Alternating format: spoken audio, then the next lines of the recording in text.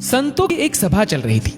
किसी ने एक दिन एक घड़े में गंगा जल भरकर वहां रखवा दिया ताकि संत जन अब प्यास लगे तो गंगा जल पी सके। संतों की उस सभा के बाहर एक व्यक्ति खड़ा था। उसने गंगा जल से भरे घड़े को देखा तो उसे तरह तरह के विचार आने लगे। वह सोचने लगा, आहा, ये घड़ा कितना भाग्यशाली है। एक तो इसमें किसी तालाब पोखर का नहीं बल्कि गंगा जल भरा गया, और दूसरे ये अब संतों के काम आएगा। संतों का स्पर्श मिलेगा, उनकी सेवा का अवसर मिलेगा। ऐसी किस्मत किसी किसी की होती है।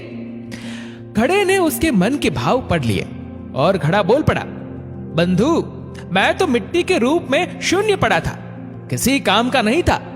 कभी नहीं लगता था कि भगवान ने हमारे साथ न्याय किया है। फिर एक दिन एक कुम्हार आया। उसने फावड़ा मार मार कर हमको खोदा और गधे पर लाद कर अपने घर ले गया। वहां ले जाकर हमको उसने रौंदा, फिर पानी डालकर गूंथा, चाक पर चढ़ाकर तेजी से घुमाया, फिर गला काटा, फिर थापी मार मार कर बराबर किया। बात यही नहीं रुकी। उसके बाद आवे की आग में झोंक दिया जलने को। इतने कष्ट सहकर बाहर निकला तो गधे पर लाद कर उसने मुझे बाजार में भेज दिया।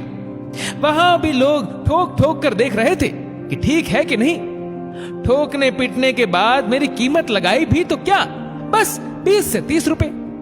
मैं तो पल पल यही सोचता रहा कि हे ईश्वर, सारे अन्याय मेरे ही साथ करना था। रोज एक नया कष्ट, एक नई पीड़ा देते हो। मेरे साथ बस अन्याय ही अन्याय होना लिखा है।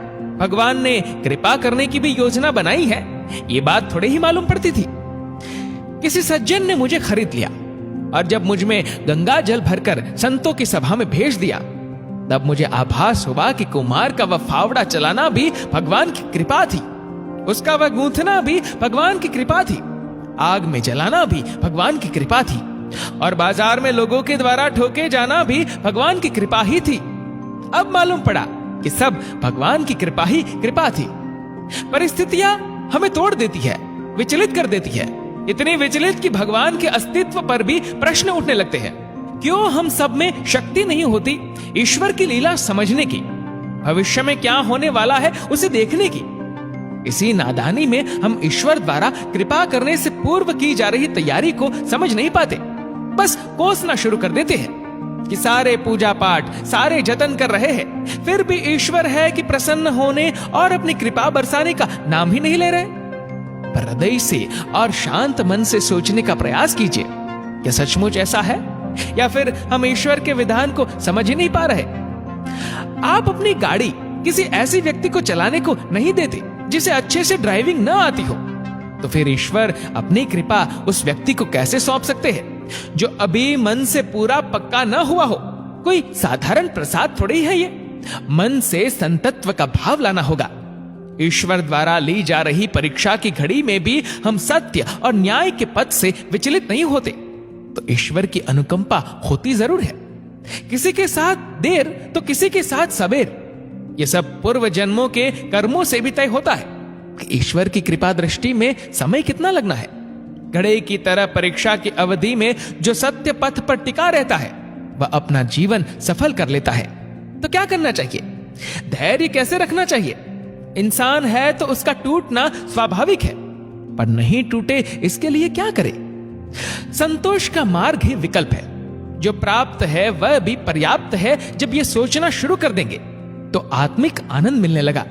संसार का सबसे बड़ा सुखी वह है जो मन के मौज में रहता है। आप ये क्यों नहीं सोचते कि ईश्वर ने आपको जितना दिया है, संसार में अनगिनत लोग हैं, उन्हें तो उतना भी नहीं मिला है। बस उसे क्यों देखते हो जिसे आपसे ज्यादा प्राप्त है?